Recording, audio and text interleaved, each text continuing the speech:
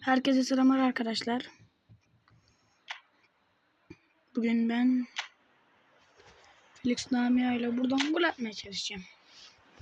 Tekte. Arkadaşlar bu arada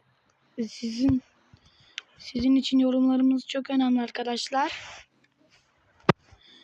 Arkadaşlar mesela bana yorumlara görev yazıp bana söyleyebilirsiniz. Ben de o videoyu ben videoyu onu yapacağım.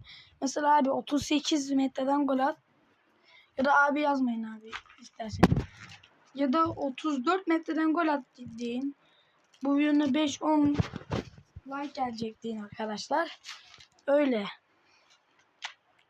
Öyle deyin, yorumlarınız benim için çok değerli.